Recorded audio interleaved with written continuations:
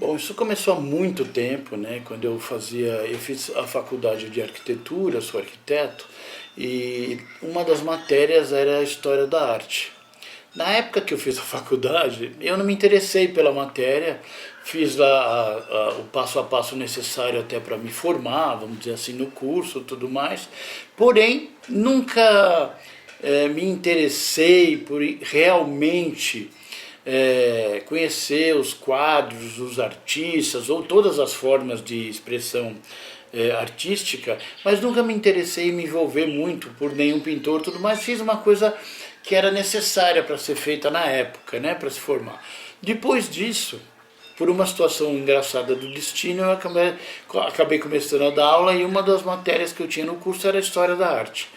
E aí eu me vi perdido, porque eu falei, nossa, eu não tenho bagagem para dar aula. Isso lá nos anos 80, final dos anos 80. Aí eu falei, e comecei a estudar, e comecei a pesquisar, porque a pintura, a arte em geral, permite isso, né? Você ser um autodidata, porque se você, ainda mais agora com a internet, na época não tinha, agora então ficou um pouco mais fácil. Você consegue pesquisar, ver em livros, e que eu tenho hoje uma quantidade enorme de informação nesse sentido. E aí eu fui pegando gosto, como se diz, né? E desenvolvendo esse meu lado, hoje eu posso dizer, apaixonado por arte, pelas manifestações, pelos quadros, pelas pinturas. Cheguei até uma época a achar que eu podia pintar, mas na verdade o que eu estava fazendo não era muito pintura, porque era tão hermético que não era pintura, e sim era projeto de arquitetura feito com tinta a óleo, na verdade. Mas aí mudou a minha vida completamente, não tenho a menor dúvida disso. E considero eu que mudou para melhor. Então hoje as pessoas falam, nossa, você estudou muito, você é um expert, né? A gente conversa. Gente, tudo isso eu fiz por força de vontade, por querer, não estou me vangloriando disso, mas fiz porque gostei, sabe? Fiz alguns cursos, até fiz alguns cursos depois e tudo mais, para aperfeiçoamento de algumas técnicas e conhecimento de algumas áreas, alguns determinados pintores, alguns determinados artistas, mas no geral foi assim que aconteceu.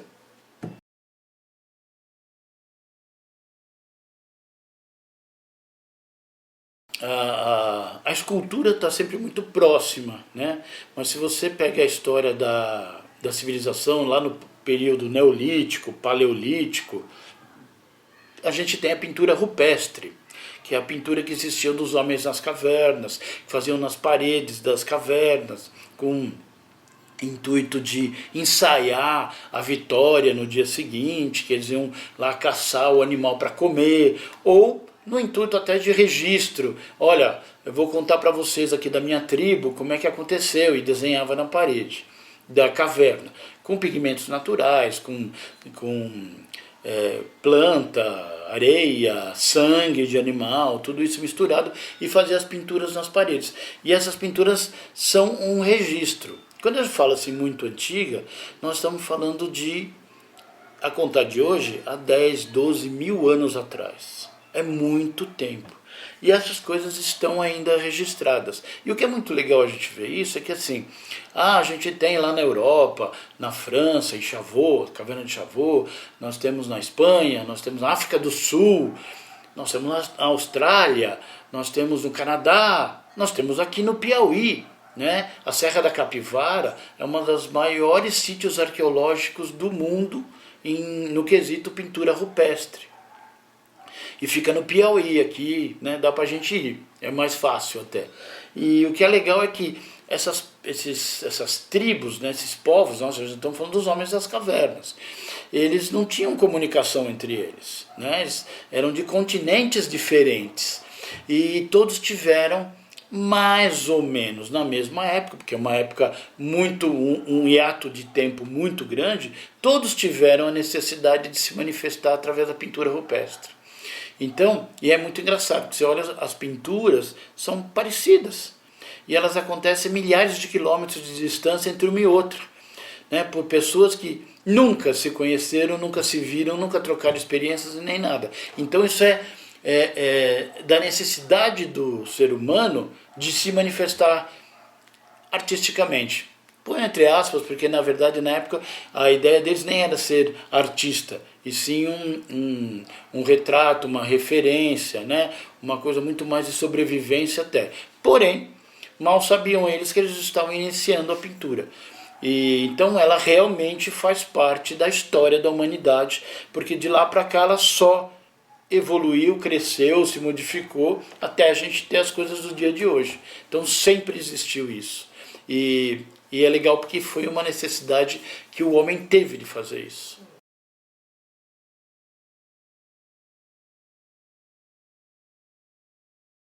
Tem vários acontecimentos meio escusos, né, agressivos e tudo mais para com o brasileiro nato, né? Vamos chamar ele de índio, mas ele era quem estava aqui quando ele chegou, né? Então essa retratação tem um filtro do colonizador, que mostra de uma forma poética, bonita, a primeira missa, os índios sentados ali em volta, olhando, será que é isso, né? Porque não conhecem e tudo mais, papá. E é a única fonte que a gente tem de informação. Mesmo, vou pegar um quadro muito famoso, que todo mundo deve conhecer, que é o do Grito do Ipiranga, que está no Museu de São Paulo, né? Que é o famoso Museu do Ipiranga, que passou agora por uma enorme reforma. Tem lá um quadro enorme, fantástico, que mostra Dom Pedro à beira do rio Ipiranga, com a espada em riste, não sei o quê, que é uma visão poética. Não aconteceu, já chegaram à conclusão que nunca aconteceu esse encontro fatídico à beira de um rio, que tem um carroceiro, um casebre, e ali um encontrou com o outro, leu a carta no meio do caminho e gritou independência ou morte. Não foi tão poético assim. Isso aconteceu? Aconteceu. Tem fatores políticos, fatores históricos, um monte de coisa. Provavelmente chegaram a essa conclusão numa reunião de militar e tudo mais, e aconteceu o que aconteceu, que está aí até hoje. Mas a arte, nesse sentido, leva uma conotação poética muito grande.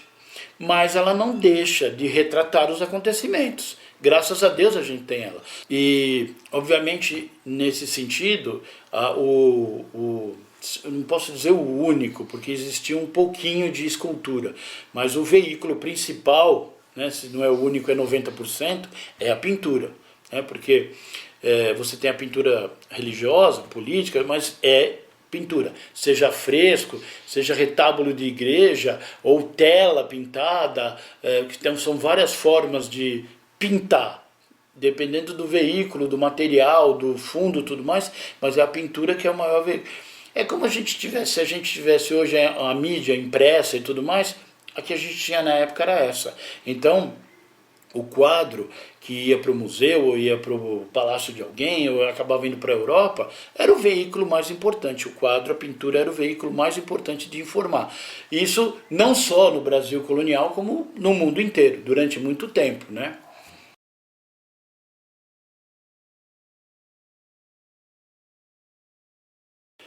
Toda manifestação artística, né, tem como princípio passar uma mensagem, passar uma emoção para o interlocutor que está do lado de lá. Seja o cara que pintou uma tela, ou escultura, música, todas elas. Mas vamos nos ater à tela, né? A pintura, vamos dizer assim, não tela, porque a tela é mais moderna. Mas quando o cara pinta um quadro, uma imagem, uma informação, ele está se comunicando com quem vai ver. Vai ver no dia seguinte, no ano seguinte, no mês seguinte, no século seguinte e o resto da vida. E ele passa uma mensagem. Essa forma de passar a mensagem é a arte, em todas as formas de expressão. Desde a mímica, a música, grafite e muitas outras, até você chegar na mais clássica, que é a pintura. Então quando você pinta o seu corpo, né, no caso do índio, do aborígene, que também existe em todo lugar do mundo. Na Austrália eles se pintam de uma forma muito interessante, típica de lá, o índio brasileiro também, né? O índio americano que a gente vê nos filmes de Hollywood, né? Meio filtrado, como eu digo também, mas tem. Então, essa pintura corporal que você faz, né, os seus rituais, seja para ganhar força, para ganhar energia, para ficar com cara de bravo, né, isso é um veículo muito forte. Se você comparar isso, a gente tem os jogadores de rugby nos Estados Unidos que pintam o rosto aqui embaixo da máscara para parecer mais feroz, mais bravo. Ou a gente tem o Olodum que pinta o corpo inteirinho para fazer alegria, festa, música. E o brasileiro, principalmente, quando vê o cara com o corpo pintado, fala: você é do Olodum? Porque ali já está transmitindo toda uma história através da pintura do corpo. O cara às vezes pode falar assim: não sei tocar instrumento nenhum, mas eu adoro. Então tudo bem, ele está passando a mesma mensagem. Então seja na tela, no corpo, na parede, no spray, na tinta, tudo isso está passando mensagem para o interlocutor, para quem está do outro lado. E principalmente essa coisa da pintura corporal. No caso dos índios e tudo mais, era para transmitir para ele, que nem uma tatuagem provisória, vamos dizer assim, para ele a força e provocar inclusive impacto contra quem ele iria guerrear ou festejar, mas para mostrar, podia ser até uma pintura de conquista de uma mulher, né, uma índia, tudo. Então sempre é uma forma de se comunicar.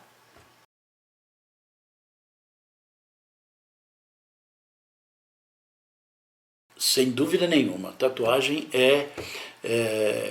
para quem não acredita exatamente que a tatuagem é coisa de moçada, é coisa da juventude, é coisa de cadeia, é coisa de marinheiro. Gente, isso é um grande engano.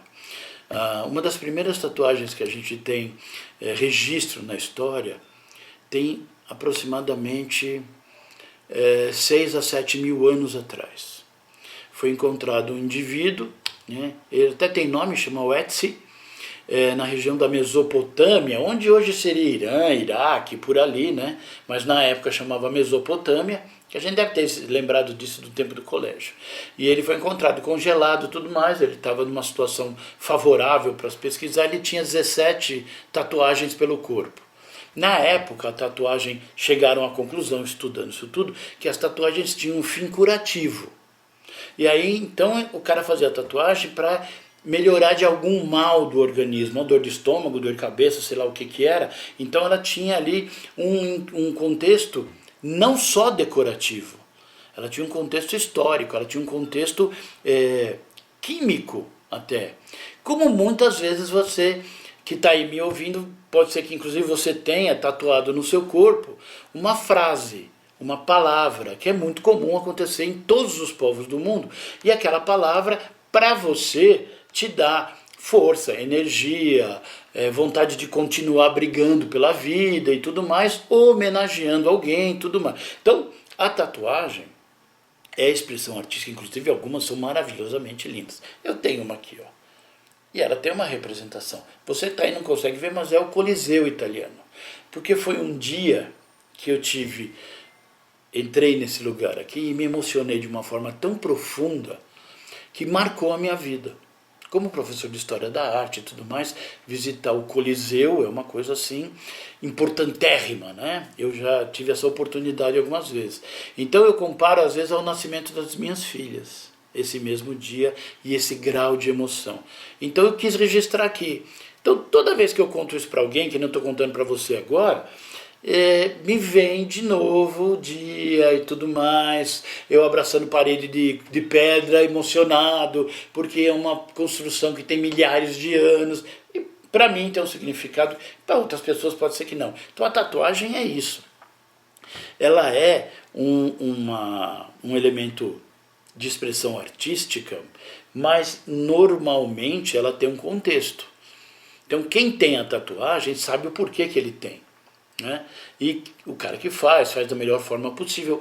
Nossa, é um baita artista, é um grande artista, porque ele trabalha inclusive com uma matéria-prima muito mais difícil do que tinta, óleo e tela, né? E parede, quadro, porque quadro permite retoque, quadro dá para misturar a cor e você está trabalhando com uma agulha. Depois que furou, não tem volta.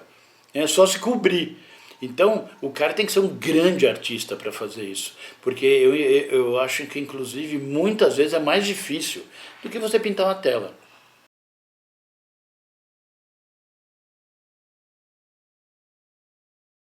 Cada pintor, cada artista, né, tem a sua técnica, tem a sua visão das cores. A gente teve alguns movimentos artísticos, como o fauvismo, que usava a cor pura da bisnaga, né, sem misturas.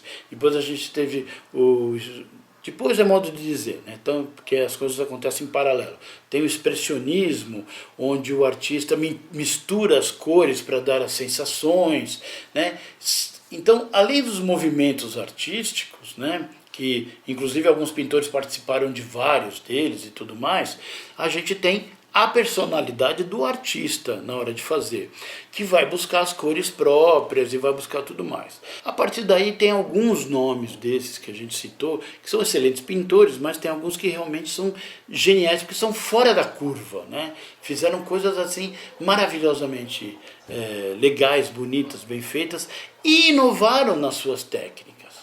Quando a gente fala do Leonardo, quando ele pinta a Mona Lisa, ele pinta a Mona Lisa com uma técnica de pintura que hoje é comum, mas na época ninguém nunca tinha feito, que é o esfumato, que é aquela nuance de cor que existe entre a roupa, o cabelo, o fundo e tudo mais, e é por isso que o quadro também é tão importante para a história, né? E aí você vem, depois você tem Michelangelo pintando o teto da Capela Sistina, de raiva, porque ele queria pintar a igreja de São Pedro, e daquela forma magnificamente perfeita, genial. A gente tem no Brasil também o Aleijadinho, que para mim também era um gênio, porque era um cara que fazia arte com pau e pedra, sabe? Ele não tinha nem grana, nem instrumento, nem material para fazer coisas maravilhosas que ele fez em Minas Gerais, né? Que é um passeio imperdível, inclusive. Eu acho assim a Tarsila genial também, porque inovadora, técnicas inovadoras, acho que até tem uma facilidade dela por ser de uma família de grana, né, usineira de cana e tudo mais, teve a liberdade de fazer coisas que não precisava viver para isso, apesar de que não era uma constante, né? Van Gogh genial, genial, porque ele tem uma visão das cores, principalmente, dos desenhos, da forma de concepção do quadro, que parece que tem movimento. Você vê a Noite Estrelada do Van Gogh, parece que a noite está viva, ela está brilhando e pulsando, muito legal. Uma técnica dele maravilhosa, outra mente extremamente conturbada, complicada, chegou a ser internado com camisa de força, até tadinho, né? Mas era um cara genial, Picasso era genial. Picasso era genial porque podia fazer, porque inovou completamente. Técnica, cor, passeou por todas as tendências que existiram durante a vida dele, ele pintou de tudo que aparecia, todas as formas, não ficou preso a nada. Gerou coisas maravilhosas e gerou coisas até que não tem muito mercado, deixou de existir e tudo mais, mas era um cara que tinha uma genialidade para produzir acima da média dos que estavam em volta.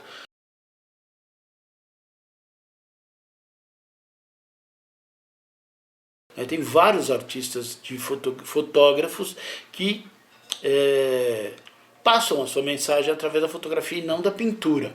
E ela se tornou, achou o seu lugar ao sol e se consagrou como uma forma de expressão artística extremamente forte, como você tem na música, que você tem até na mímica, né? Na dança, no balé, e todas são formas de expressões artísticas. Existe até alguns artistas fotógrafos ou artistas plásticos, vamos falar assim, generalizando, que trabalham com pintura, não obrigatoriamente de tinta de pincel, né, mas com tintas sintéticas, em cima das fotografias.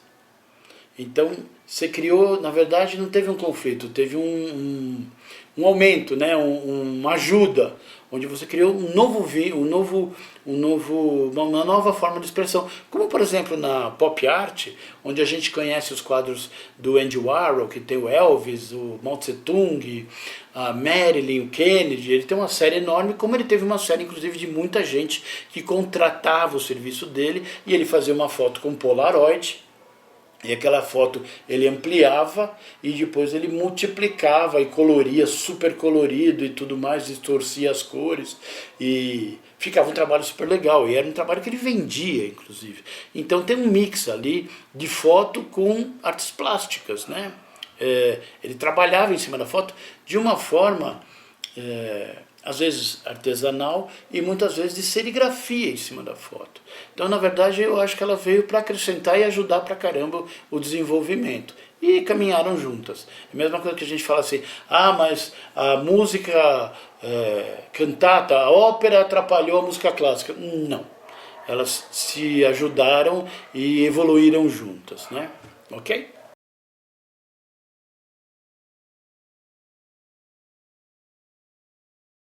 A arte abstrata, nós temos várias variantes dessa arte abstrata, né? A gente tem vários movimentos diferentes, com intuitos diferentes, mas basicamente, é como eu falei, a arte abstrata você não tem que olhar lá e achar que descobriu que tem um barco, um cavalo, um céu, uma lua. Não, ela é abstrata.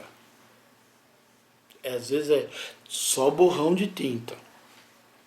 Porém, esse borrão de tinta, essa composição do borrão de tinta, leva a alma do artista, para que fez aquilo, como traz também alguma coisa do seu subconsciente.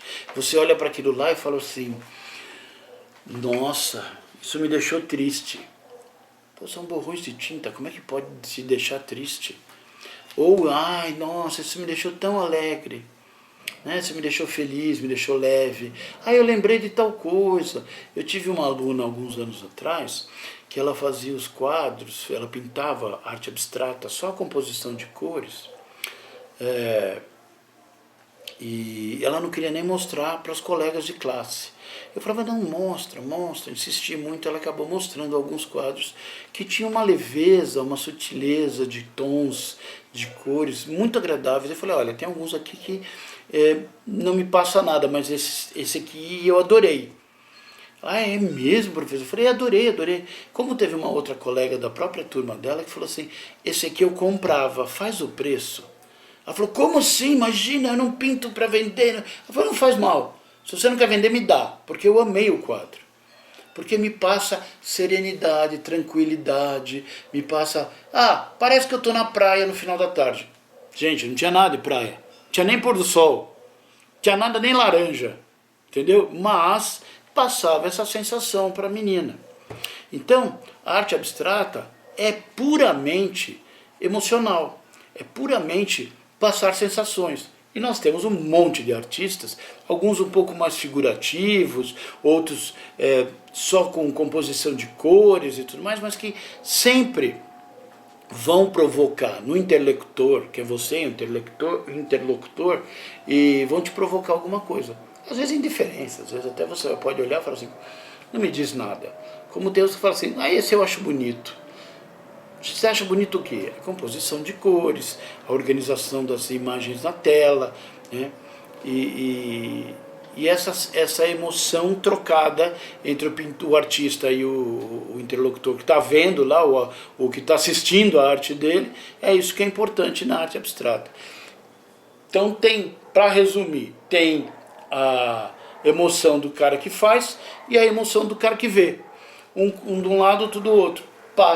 Faz esse feedback de informação entre o assistido e o que produziu, né? É isso daí. E aí você tem o êxito do trabalho legal. Por isso que às vezes você fala assim, pô, a arte abstrata não tem valor, não tem. Tem. Dá uma pesquisadinha no artista dos anos 60 chamado Rothko, R-O-T-K-O, acho que é isso, Rothko. Ele faz quadros monocromáticos. inclusive valem fortunas. E você olha lá, é um laranja com nuances de vermelho em volta, você fala assim, puxa, mas que mensagem? Não se preocupe, às vezes não tem uma mensagem profunda. Às vezes não é todo quadro que precisa ser bilhete, que precisa contar alguma história para você. Muitos não vão contar história nenhuma, só vão te passar emoção, só vão te passar sentimentos, principalmente os abstratos. E você vai olhar lá aquele quadro e vai fazer, me dá uma certa paz. Esse objetivo conseguiu, é perfeito. Como tem os que só falam, nossa, me dá uma confusão na ideia que eu não consigo nem ver. William de Kooning é um abstrato que você fala assim, parece que está em guerra, né? Mas são só cores. Então, essa emoção, isso é a arte abstrata a mensagem dela é essa, emocional, completamente emocional.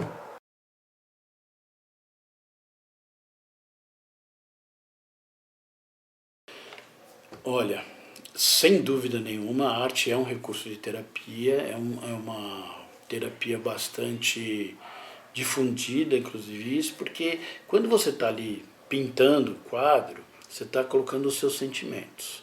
Você está colocando ali o seu eu interior, as suas angústias, as suas ansiedades, a sua alegria, a sua tristeza. Como eu falei do Munch, que era um artista fantástico, que o dia que descobriu que tinha câncer terminal, pintou o grito. Quando a gente vê isso, sabe que o quadro dele é perfeito, porque está passando por interlocutor essa dor. Então, não existe, né, um bom trabalho, um bom quadro que não tenha a emoção, a sensibilidade do artista lá. Por isso que existem, inclusive, tantos artistas e tantos trabalhos, porque todos eles têm um diferencial que é a alma do pintor, a alma do artista ali, né? É uma terapia, sem dúvida nenhuma, é um exercício de diversão, é um exercício de comunicação, de mensagem política, mensagem social muitas vezes, mas mesmo assim tem a personalidade do artista. Não tem como não ter a personalidade do artista, senão ele está fazendo serigrafia, né? Ele está fazendo até isso ele vai interferir o jeito dele de ver, de pensar as coisas, né? Fazer, ele fez uma fotografia, tudo bem, mas ele sendo fotógrafo, ele escolheu o ângulo, ele escolheu a luz, a intensidade, o brilho, então aí ele colocou toda a capacidade dele, o eu dele, na produção de uma foto. A foto está lá, eu posso tirar, você pode tirar, todo mundo pode tirar. Só que cada um vai tirar de um jeito diferente. Porque está levando isso, está levando o seu eu interior. Então na pintura é muito mais forte isso. Porque você tem o gestual, a força do pincel, da espátula, do dedo, da mão, do que for. Então você tem tudo isso ali retratado e toda essa energia que você tem ali, você vai transferir para o seu trabalho. Então você está fazendo esse exercício. Eu conheci já muita gente, muitas situações onde as pessoas fazem arte por terapia, o cara está pintando o quadro, começa a chorar no meio do quadro, e para, e não consegue acabar, ou ao contrário, vai ficando cada vez mais alegre, feliz e se encontra ali, independente da imagem que ele está retratando ou não, mas muitas vezes é da atitude para com a pessoa, né? Vou ser pejorativo nisso que eu vou falar, mas é verdade. Pô, eu não faço nada, meu trabalho é um saco, a escola eu larguei, não tenho grana, eu não tenho pra onde viajar, não tenho um amor na minha vida, e de repente você se encontra pintando, e você ali vai colocar todos esses anseios, todas essas necessidades, e vai pintar a praia linda com algum lugar, sei lá. Não sei exatamente o que você vai fazer, mas ali você vai se encontrar e vai achar uma válvula de escape. E vai falar, putz, olha, que bonito que eu fiz, que legal que eu fiz. Às vezes é horrível, mas eu me senti super bem. E isso daí faz bem para você. A gente veio para a vida para ser feliz.